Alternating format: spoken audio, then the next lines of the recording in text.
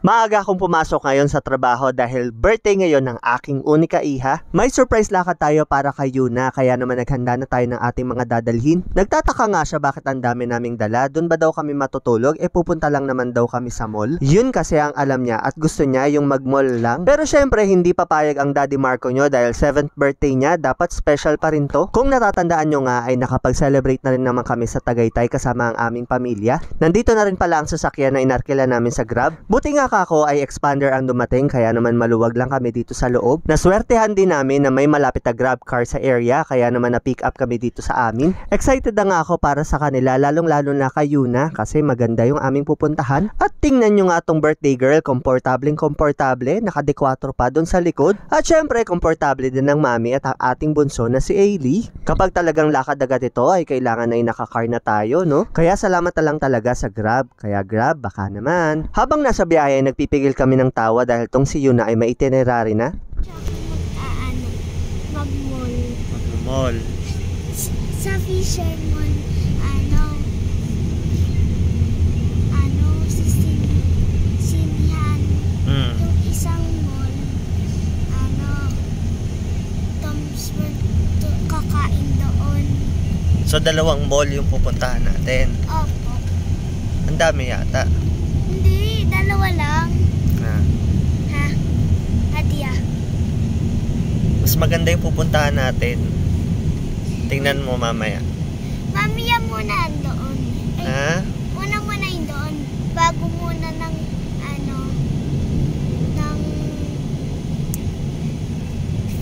mall. Tsaka na Fisher Mall. Tatlo pala pupuntahin natin. Tatlo yung pupuntahan. Sige no. Basta mamaya, tingnan mo yung pupuntahan natin, ha? Okay. Okay. At kaya naman pala na nahimik na doon sa likod ay tulog na pala. Nakatulog na nga sa tagal ng biyahe. Sabi niya nga sa akin, Daddy, bakit ang tagal? Medyo na traffic din kasi kami at talagang malayo rin sa amin itong pupuntahan namin. Ito kasing pupuntahan natin ay nasa bandang Parañaque. At ito nga ang Azure Urban Resort Residences.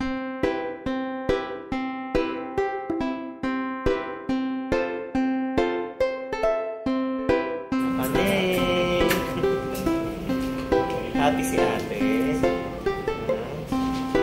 Okay, makita mo.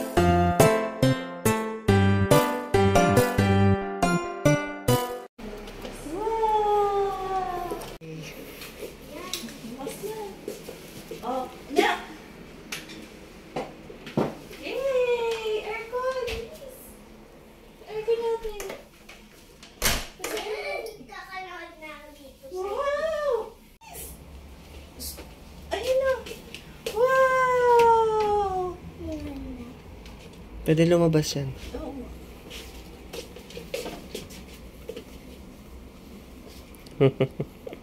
Are you happy? Wow! Na-surprise ba si ate? Ha? You like it here? Wow! Wow naman, ang ganda ng kama mo ah. At nagpictorial na nga itong si Baby Ailey. Tingnan nyo, talaga namang nagpo-posing na. Marunong na. Tara, room tour na muna nga tayo dito sa aming nirentahan. Iyan ang 360 view from the main door.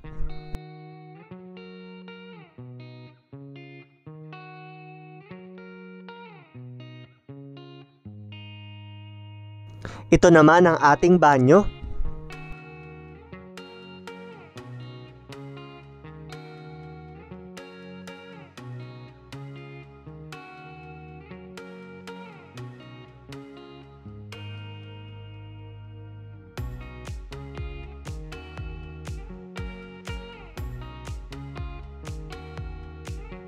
Ito naman ang ating dining area na maliit lang, pwedeng-pwede na sa 3 o 4 na katao.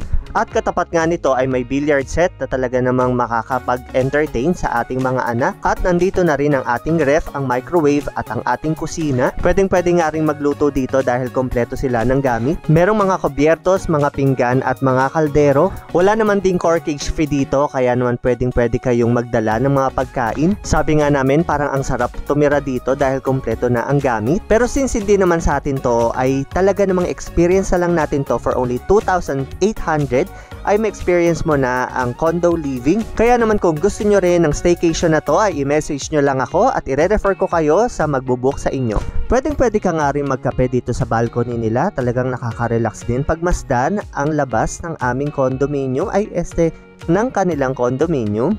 Bukod nga sa Smart TV ay meron din kayong paglilibangan dito ng mga cards or mga games, pati na rin yung billiard na pinakita ko kanina sa inyo. Perfect talaga for family or barkada getaways. Pagkakataon na rin ito para mawaglit sa mga bata ang cellphone at laptop or tablet. At talagang mapapasarap ang tulog natin dito dahil napakalambot ng kanilang unan at kama. At yung comforter ay talaga namang mako-comfort ka sa lamig ng aircon. Tingnan nyo nga tong anak kong si Ailey ay hindi masyadong naglilikot. Sarap na sarap siya dito sa kama eh. Iyan nga't nagpahinga na muna tayo, no? Kasi dapat ay kami magsiswimming na pero sabi ko nga mag-relax muna tayo. Minove na nga namin kinabukasan ng swimming kaya naman kami naglaro-laro at banding muna ni Yuna dito. At syempre habang nagpapahinga tayo ay mag-picture-picture na rin para makapture natin yung mga unforgettable memories like this. At di na rin naman talaga namin makakailang. Gutom na rin kami. Wala kaming dalang pagkain kaya naman ako'y lalabas muna para bumili ng handa ni Yuna. Walking distance lang naman ang SM Bikutan dito kaya naman lumabas na lang ako at hindi na nagpa-grab. Nandito na nga tayo sa loob ng SM Bikutan at buti na lang nga ay madali kong nakita lahat ng aking hinahanap. First up ay Jollibee, syempre paborito yan ni Yuna. In-order na nga natin yung 8 pieces bucket meal na may kasamang spaghetti, rice at soft drinks. At next naman ay itong Contis na Mango Bravo. After nga nyan ay bumili na rin tayo dito sa Jayco Donuts. Half dozen lang ang ating binili at majority nito ay Al Capone na aming paborito. Next naman ay dito sa SNR. Isang buong pizza na nga dapat ang aking bibilin kaso hindi ko na talaga madadala kaya naman bumili na lang ako ng 2 slice. Salamat sa Diyos at nakabalik tayo dito sa condominium ng ligtas. Hindi na nga natin pinatagal at ating kinamada na lahat ng ating mga handa para kay Yuna.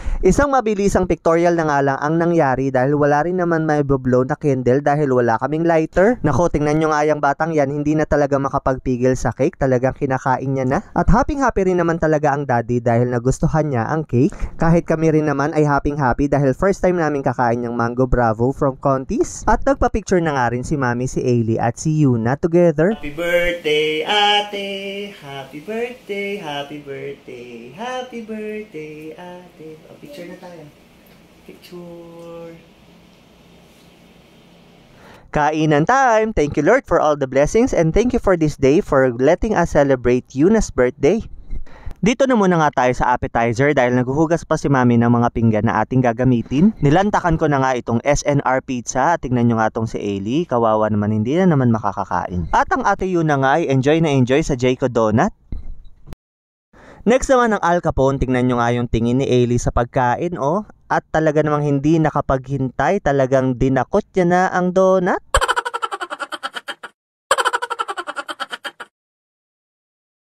Ayan, at main dish na nga, kakain na tayo ng Chicken Joy at kanin. At isinabaw na nga ni Ate Yuna itong gravy, o tingnan nyo, o. Wow! Huli, pero di kulong, may isang batang dumadakot ng pagkain dun sa aking pinggan.